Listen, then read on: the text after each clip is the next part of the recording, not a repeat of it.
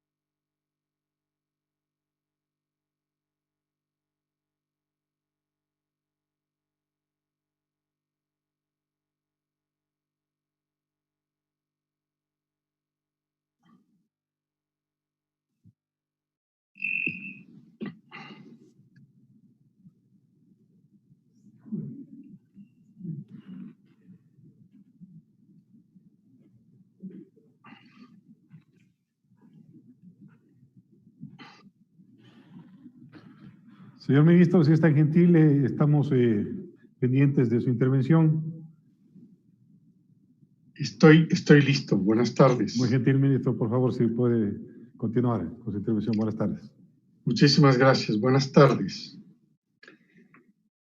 En primer lugar, quiero saludar a usted como presidente y a toda su distinguida comisión para analizar esta temática de las tarifas eléctricas que ha suscitado la atención no solamente de ustedes, como el cuerpo colegiado más importante, sino casi todos en el país. Quiero hablar de instituciones que pusieron de manifiesto su preocupación porque en la mitad de la pandemia ocurrieron estos desatinos, estos errores, estas fallas, estas falsedades respecto de cómo manejar la crisis. Y entonces quisiera comenzar señalando que en efecto, aun cuando existe una institucionalidad bien establecida respecto de la parte operativa de todo el sistema eléctrico y una institucionalidad bien establecida desde el punto de vista de control, de regulación y control del sistema eléctrico, no es menos cierto que en la misma Asamblea y a través de otras comisiones se ha hecho notorio el reclamo sobre la eficiencia, la efectividad del empresariado eléctrico estatal frente a la demanda social. La demanda social es muy importante, evidentemente, porque cada vez el Ecuador y todo el mundo se encamina muy rápidamente a un mundo de electrificación. Esto puedo compartir con ustedes con mucha franqueza. No somos la excepción de la regla, no. Ecuador es parte de todo este movimiento de electrificación que vive el planeta. Y como parte de este proceso de electrificación, pues cada uno de los países toman sus decisiones de cómo afrontar este proceso de electrificación. ¿Por qué? Porque existen varias formas de afrontar el proceso. Son a través de energías de origen fósil, como petróleo, carbón, gas natural, a través de energías renovables, fundamentalmente energías como el fotovoltaica y wind power, eólicas, como se las conoce en español, en castellano, e inclusive otras formas de energía. Todas están disponibles. Ecuador también se ha movido en todas. Por supuesto, nuestro ritmo no es ni remotamente un ritmo de implantación de todo el proceso de energías renovables como ocurre en otras latitudes. Lo hacemos en la medida de las disponibilidades propias, pero esencialmente con una nueva visión. Una visión para que las energías renovables pudieran ser parte del sistema privado de generación eléctrica. Y eso está ocurriendo y tenemos buenos ejemplos de no plantas gigantes, pero sí de plantas medianas y pequeñas, de generación renovable. Sin embargo, en carpeta están proyectos de una connotación grande como el que está diseñado para utilizar la ex ubicación, el sitio donde se iba a instalar la refinería del Pacífico, como se la conocía. Toda esa operación de aplanamiento de esta área de más de 700 hectáreas tiene proyectos muy interesantes. El fotovoltaico es una parte de ellos y otros proyectos urbanísticos. Quiere decir que no estamos dormidos, estamos despiertos. Ahora bien, Con este preámbulo, el objetivo mío es mostrarles que dentro de la pandemia declarada, el presidente de la República, a través del decreto ejecutivo número 1017, declaró el estado de excepción.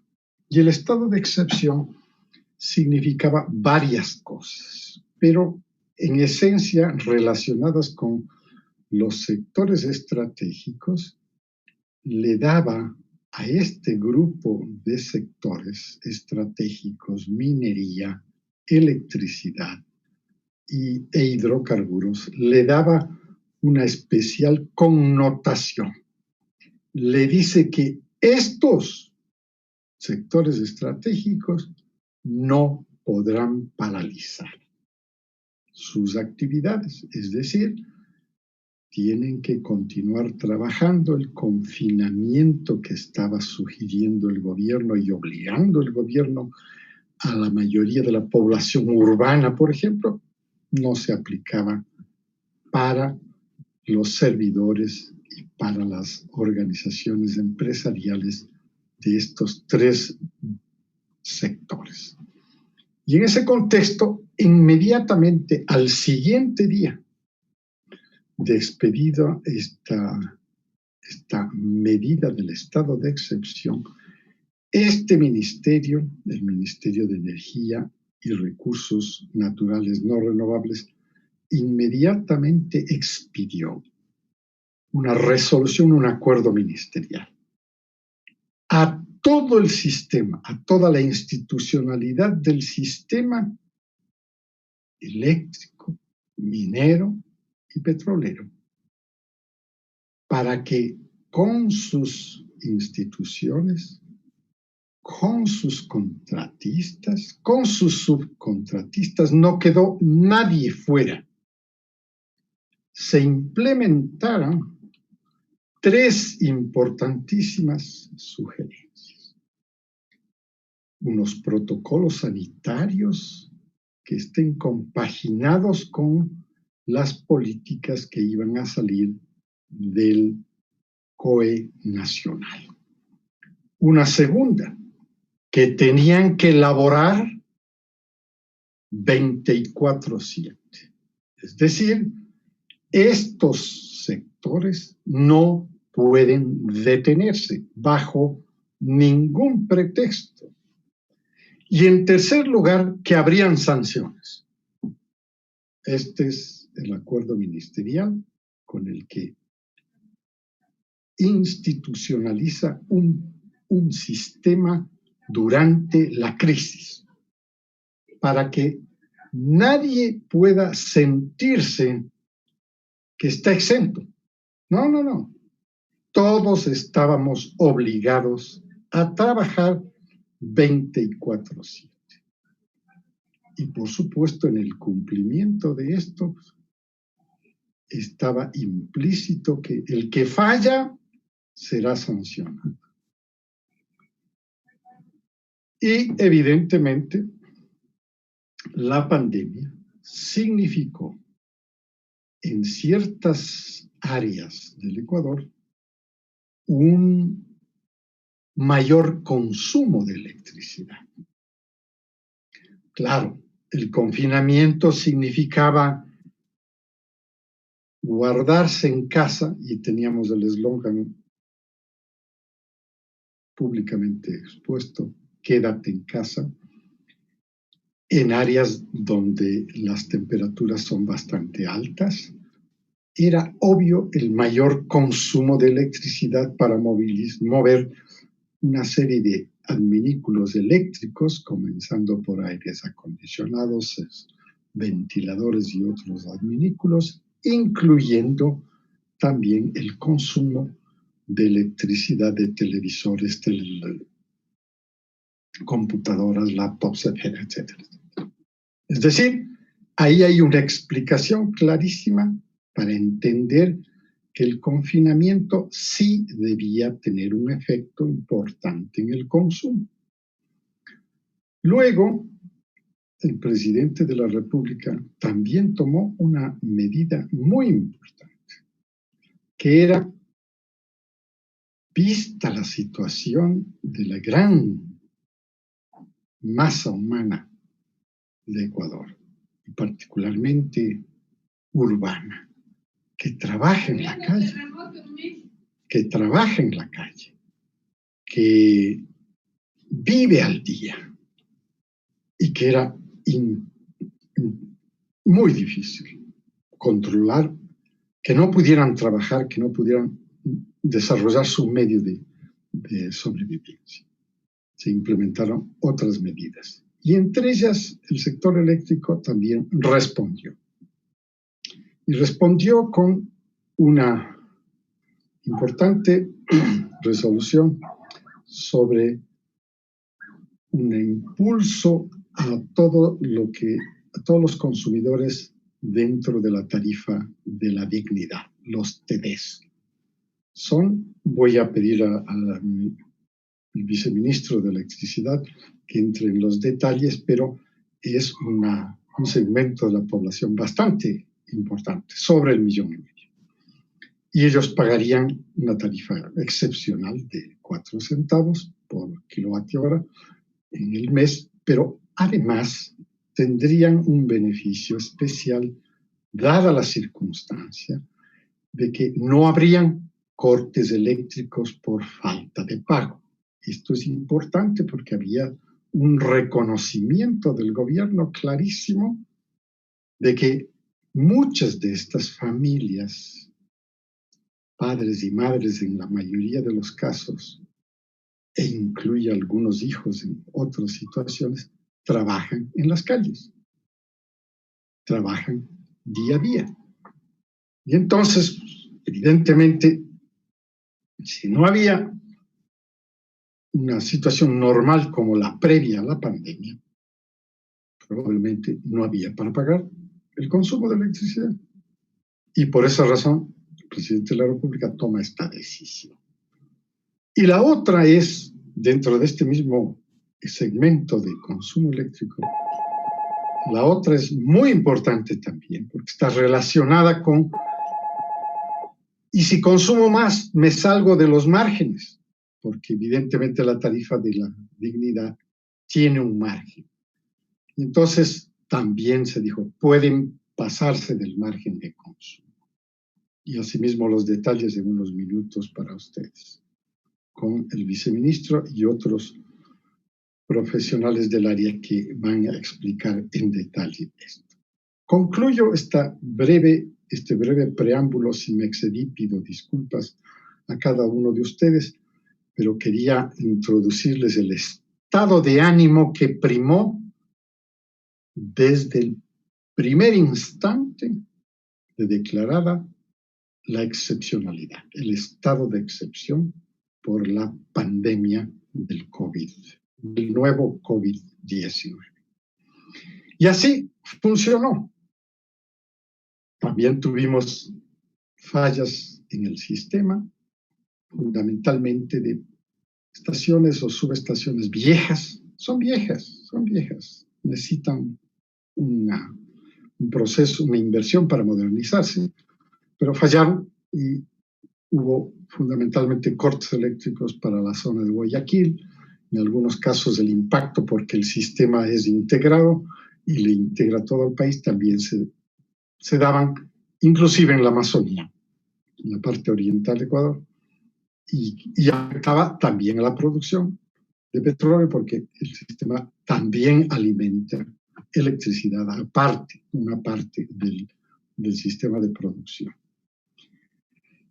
Por otro lado, hubieron efectos bastante nefastos, como por ejemplo una falla eléctrica que son fortuitos, no se pueden prever, pero que afectó directamente a la refinería de Esmeraldas. Y algunos de ustedes ya me han escuchado esta versión, esta narrativa, afectó directamente a la unidad, el corazón de la refinería, que es una unidad de procesos catalítico que se llama FCC. Y esto, evidentemente, también tuvo su efecto de reducción de la capacidad de utilización de la refinería por el daño que causó a esta unidad. En síntesis, quiero decir, el sistema respondió, pero cuando llegó el momento de la facturación del consumo, no primó lo que en mi opinión debía haber primado, señores, y termino con esto. No primó el sentido común. Para mí el sentido común era que está por encima de la ley. Si el error de no ir a medir en cada uno de los domicilios el consumo eléctrico y una resolución de que pueden tomar el promedio de los 6 meses anteriores de consumo, aun cuando lo diga la regulación, la ley del consumidor, artículo 40, lo que sea, el sentido común.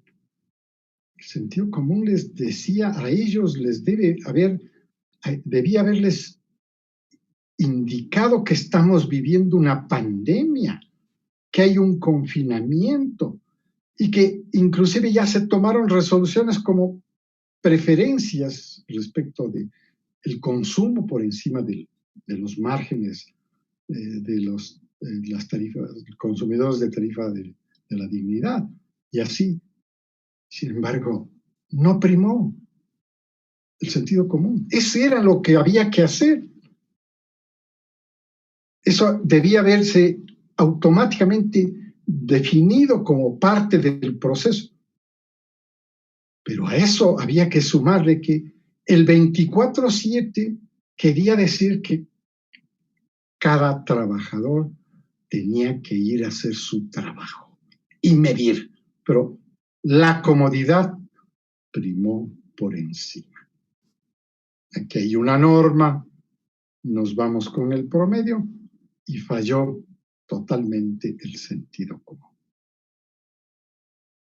Y luego, pues, las complicaciones que esto ha causado, porque después hay sin la menor duda, una cadena de desatinos en la forma de manejar la facturación en crisis. Esto era una crisis, seguimos en crisis, ahora hay una regulación adicional con la cual se amplifica el apoyo estatal como un estímulo, porque ya estamos saliendo del confinamiento hacia el distanciamiento, estamos regresando al trabajo, y esto quiere decir que necesitamos otro tipo de estímulo, y el presidente de la República respondió con esta regulación que va a ser igualmente explicada en detalle.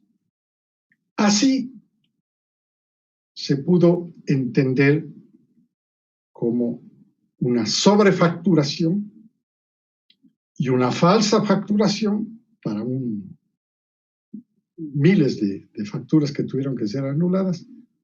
Tampoco primó el sentido común de decir, les vamos a devolver el dinero sobrecobrado, natural. Eso es parte del sentido común, de entender que al ciudadano le interesa no que le pongan en la factura siguiente o del mes siguiente, le pongan el crédito, le adjudiquen el crédito de lo sobrecobrado en la anterior. Sentido común. Devuelve el dinero, porque eso es bueno para el consumidor. Que le devuelvan, no que le aparezca en la factura o en la planilla siguiente que ha habido un crédito. Vean ustedes en dónde cae el error humano. En esta falta de sentido común de entender cómo está viviendo una sociedad frente a una crisis sanitaria de las dimensiones que está viviendo no solo Ecuador, sino todo el mundo.